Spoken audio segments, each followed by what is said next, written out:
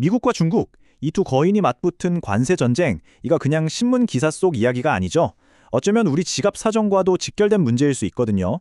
과연 이 싸움에서 이긴 쪽은 누구고 그 대가는 누가 치렀는지 오늘 한번 제대로 파헤쳐 보겠습니다.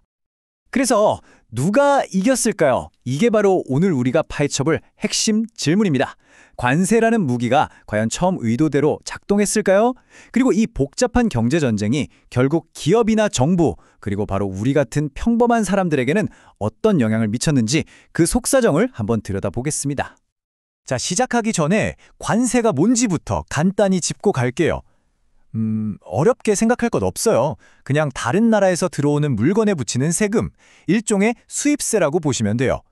이렇게 수입품 가격을 일부러 비싸게 만들어서 상대적으로 우리나라에서 만든 물건이 더 잘 팔리게 하려는 거죠. 자, 오늘 우리가 살펴볼 내용들입니다. 이 갈등이 어디서부터 시작됐는지, 그 뿌리부터 시작해서 미국과 중국 각자에게 어떤 영향을 미쳤는지, 그리고 이게 전 세계 경제엔 어떤 충격파를 던졌는지, 마지막으로 이 모든 것의 진짜 대가는 누가 치렀는지까지 차근차근 짚어보겠습니다. 네, 그럼 도대체 어떻게 여기까지 오게 된 걸까요? 모든 큰 사건이 그렇듯 이 무역전쟁도 어느 날 갑자기 시작된 게 아니거든요. 그 배경을 한번 거슬러 올라가 보죠. 이 흐름을 보시면 딱 감이 오실 거예요. 1970년대 말에 중국이 문을 열기 시작해서 2001년에 세계무역기구 WTO에 가입하면서 그야말로 세계의 공장으로 떠오릅니다. 그 결과 미국 입장에서는 중국에서 사오는 건 엄청 많은데 파는 건 훨씬 적으니까 무역 적자가 눈덩이처럼 불어났죠. 그렇게 수십 년 동안 쌓여온 불균형과 긴장이 2018년에 이르러서 마침내 관세라는 카드로 터져 나온 겁니다. 4천억 달러. 이 숫자가 바로 무역 적자를 보여주는 예시인데요. 말이 좀 어렵죠? 쉽게 말해서 미국이 중국에 1,000억 달러어치를 파는데 중국한테서는 5천억 달러어치를 사오는 거예요. 그럼 그 차액인 4천억 달러만큼 돈이 미국에서 중국으로 흘러나가는 셈이죠. 바로 이 엄청난 불균형이 갈등의 핵심적인 이유 중 하나였습니다. 그래서 2018년에 미국이 칼을 빼댄 명분이 바로 이런 것들이었습니다.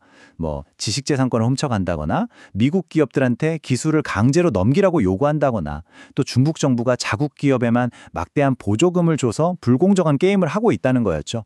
한마디로 운동장이 기울어졌다고 본 겁니다. 이게 바로 무역전쟁의 직접적인 방아쇠가 됐습니다.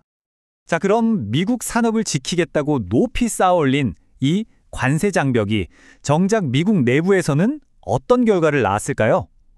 이게 참 아이러니한 게 보호막인 줄 알았는데 알고 보니 사실은 모두에게 청구되는 숨겨진 세금 같은 역할을 하기도 했거든요. 이 표를 보시면 전쟁이 어떻게 전개됐는지 한눈에 보입니다. 미국이 중국의 첨단 기술이나 산업 제품, 그러니까 중국의 미래를 겨냥하니까 중국은 바로 미국의 정치적 심장부라고 할 수 있는 농업지대를 공격했어요. 대두, 옥수수, 돼지고기 같은 것들이요. 서로의 가장 아픈 곳이 어딘지 정확히 알고 때리는 정말 눈에는 눈, 이에는 이 식의 보복전이 펼쳐진 거죠. 결국 그 대가는 고스란히 미국 사회 곳곳으로 돌아왔습니다. 우리 같은 소비자들은 당장 쓰는 물건들, 전자제품이나 옷 같은 것들을 더 비싸게 사야 했고요. 농부들은 하루아침에 가장 큰 수출 시장을 잃어버렸죠.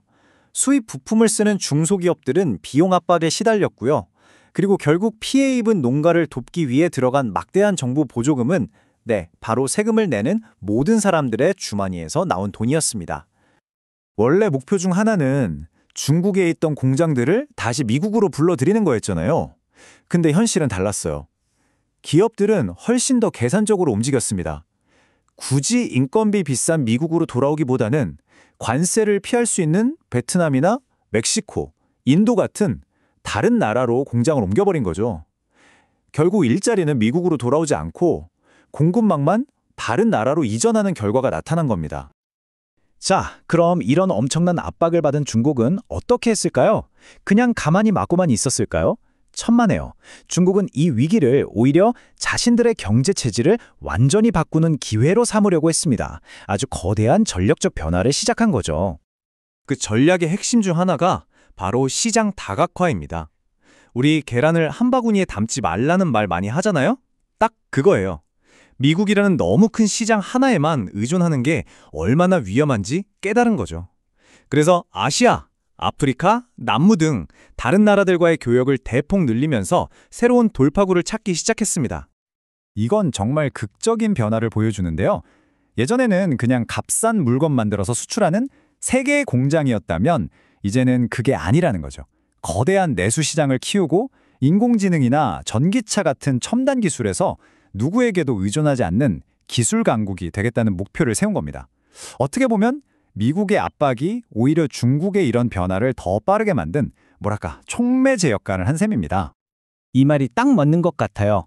어떤 면에서 무역 전쟁은 중국이 영원히 값싼 수출에만 의존할 수 없다는 것을 보여주는 경종과도 같았다.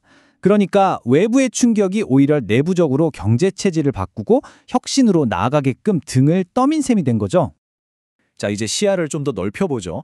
세계 경제 1, 2위 국가가 싸우는데 이게 과연 둘만의 문제였을까요? 당연히 아니죠. 거인들이 싸우면 주변 땅이 울리는 법이거든요. 그 충격파가 전 세계로 퍼져나갔습니다. 이걸 설명하는 핵심 단어가 바로 글로벌 상호 의존성입니다. 오늘날 세계 경제는 정말 거대한 거미줄처럼 다 얽혀 있잖아요. 그래서 한쪽에서 문제가 생기면 그 영향이 결국 다른 모든 곳으로 퍼져나갈 수밖에 없는 구조죠. 미중 무역 전쟁이 딱 그런 경우였습니다. 그 파급 효과가 마치 도미노처럼 번져나갔습니다. 한번 보세요. 미중 공급망이 흔들리니까 기업들이 다른 나라로 생산 기지를 옮기죠. 그럼 전 세계적으로 원자재 수요가 줄어들고요. 미래가 불확실하니까 기업들은 투자를 망설이게 됩니다. 그 최종 결과가 뭐였을까요? 바로 세계 경제 전체의 성장세가 꺾이는 거였죠. 이 그래프가 바로 그 결과를 보여주는 겁니다. IMF 같은 국제기구들이 세계 경제의 성장률 전망치를 계속 낮췄거든요. 이게 뭘 의미하냐면 결국 전 세계 경제 파이가 생각보다 커지지 않는다는 뜻이고 그건 우리 모두에게 영향을 미치는 이야기입니다. 일종의 경고등이 켜진 거죠. 자, 이제 거의 다 왔습니다. 우리가 맨 처음에 던졌던 질문 기억나시죠? 이 모든 혼란 속에서 과연 진짜 대가를 치르는 건 누구일까요? 이제 그 답을 찾아볼 시간입니다. 결론부터 말씀드리면 이겁니다. 무역전쟁에는 진정한 승자가 없다는 것. 그저 모두가 함께 손실을 나눠 가질 뿐이라는 거죠. 이게 바로 이 거대한 분쟁이 우리에게 주는 가장 중요한 교훈일 겁니다. 이 그림을 보면 그 대가를 누가 치르는지 더 명확해집니다. 특정 국가나 특정 기업이 아니에요. 결국 물가 상승으로 고통받는 소비자들, 일자리가 불안해진 노동자들, 비용 부담이 커진 기업들, 그리고 성장 동력이 꺾인 세계 경제. 이렇게 사회 구성원 모두가 그 비용을 나눠서 내는 셈입니다. 마지막으로 이 질문을 한번 던져보고 싶습니다.